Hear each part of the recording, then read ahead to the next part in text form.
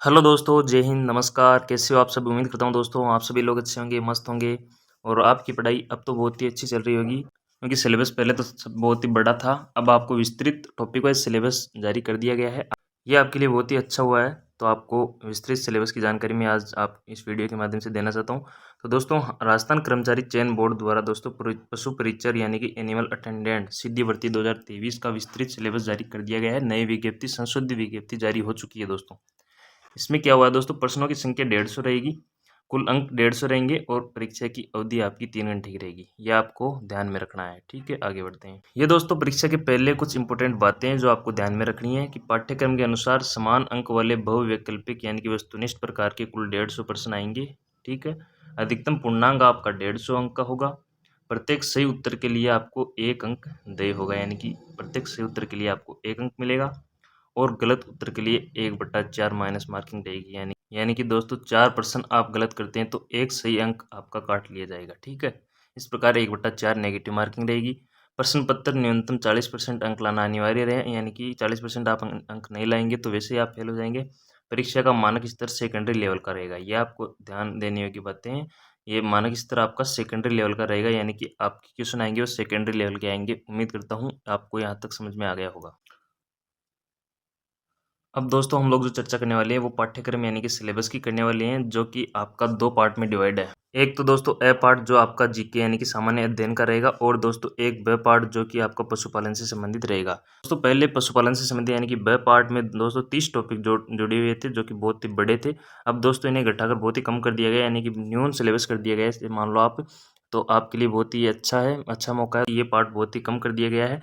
अब दोस्तों ए पार्ट की महत्व और ही बढ़ गई है, ये आपको सबको पता है और ध्यान में भी रखना है। कुल प्रश्नों की संख्या आपको पता है 150 है और 150 ही इसके पूर्णांक है। ठीक है, अब हम दोस्तों विषयवार विवरण की चर्चा कर लेते हैं कि प्रत्येक विषय से दोस्तों कौन कौन से टॉपिक, यानी कि आपको टॉपिक भी दे रखे हैं, अन्यथा कुछ भी नहीं पढ़ना दोस्तों। टॉपिक दे रखे हैं वही पढ़ने हैं। भूगोल में दोस्तों, भूगोल की हम बात करें तो राजस्थान के संदर्भ में है ये सभी, इंडिया के संदर्भ में कुछ भी नहीं है यहाँ। राजस्थान के संदर्भ में राजस्थान की स्थिति, विस्तार, भौतिक स्वरूप, भौतिक विभाजन, मृदा, प्राकृतिक वनस्पतियाँ, वन संरक्षण, जलवायु, जल संसाधन, अपवाद तंत्र, जिले, प्रमुख सिंचाई परियोजनाएं और जनसंख्या का आकार, वृद्धि, वितरण, घनत्व, लिंगानुपात एवं साक्षरता, परिवहन और अपने राष्ट्रीय मार्ग इत्यादि दोस्तों इसमें भूगोल में दिए गए हैं। यानी कि जो ये टॉपिक दिए गए हैं वही आपको पढ़ने हैं, अन्यथा कुछ भी नहीं पढ़ना दोस्तों।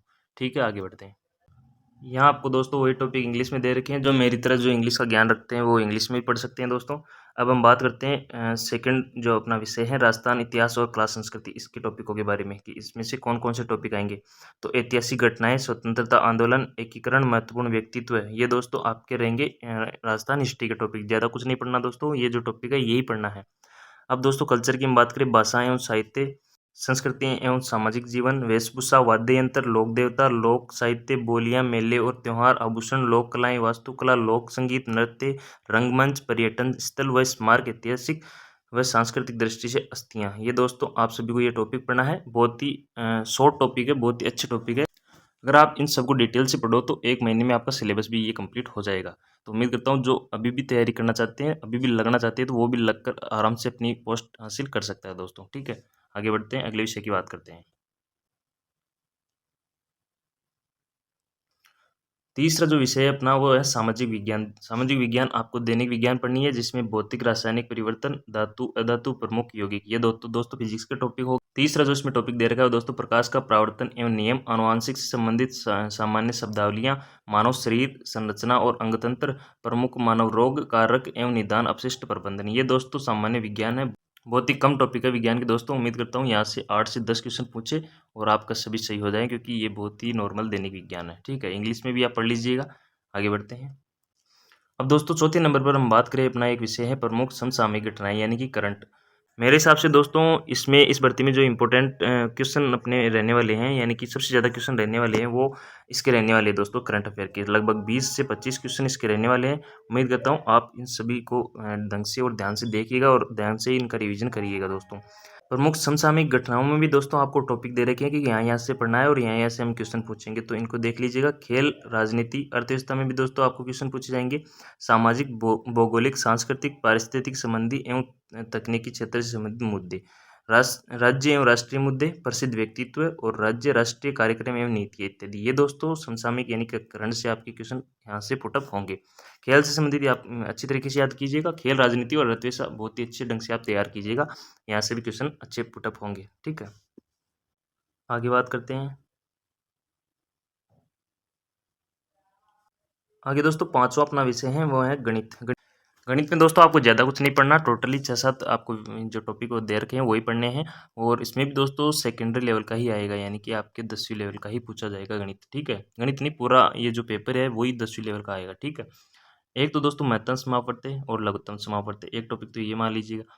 औसत दोस्तों, लाभ हानि, प्रतिशत, साधारण ब्याज, चक्रवर्ती ब्याज, अनुपात समानुपात, यानी कि ये 6-7 टॉपिक है, उन्हीं को आप ढंग से तैयार कर लीजिएगा, यहाँ से आपके क्वेश्चन सही हो जाएंगे। विस्तृत सिलेबस का मतलब ये है दोस्तों कि यहीं से क्वेश्चन पुटअप होंगे और बाहर से नहीं होंगे। ठीक है, अपने जो छठवां जो है पशुपालन, जो इसका बहुत ही बवाल मचा हुआ है दोस्तों कि बहुत ही ज़्यादा पूछा जाएगा, और ऐसा कुछ नहीं है दोस्तों। अब की बार विस्तृत सिलेबस में इसमें टॉपिक दे रखे हैं वो बहुत ही कम दे रखे थे। पहले दोस्तों 30 टॉपिक दे रखे थे, वो बहुत ही ज़्यादा थे। अब दोस्तों इसमें बहुत ही कम टॉपिक दे रखे हैं और इसमें से बहुत ही कम ही पूछा जाएगा। तो सबसे पहला जो टॉपिक है उसमें जंतु में जनन, पाचन, श्वसन, प्रमुख रोग विशेषताएं और आवास संरक्षण इत्यादि। दूसरा है दोस्तों पशु उत्पादकों का पोषक मानक और पशु कृषि, कुक्कुट पालन इत्यादि। आधुनिक विश्व में चरवाहे इत्यादि, वन प्राणी, उनका जीवन, वन्य जीव संसाधन। ये दोस्तों कुछ टॉपिक तो ऐसे हैं कि ज्योग्राफी में आपकी क्लियर हो जाएंगे और कुछ पे आपकी क्लियर हो जाएंगे। ज्योग्राफी में और पशुपालन में ये दोनों टॉपिक क्लियर कर लीजिएगा और इसको याद कर लीजिए। विस्तृत सिलेबस को देखते हुए दोस्तों अब भी आप लगोना पढ़ाई के तो भी आप इसको क्लियर करके आप रिवीजन कर सकते हैं एग्जाम से पहले पहले। ठीक है, तो उम्मीद करता हूँ आपको सिलेबस समझ में आ गया होगा। अगर समझ में आ गया तो मेरे इस चैनल को सब्सक्राइब कीजिएगा और दोस्तों वीडियो को लाइक और अपने दोस्तों तक शेयर भी कीजिएगा। धन्यवाद। जय हिंद, जय भारत।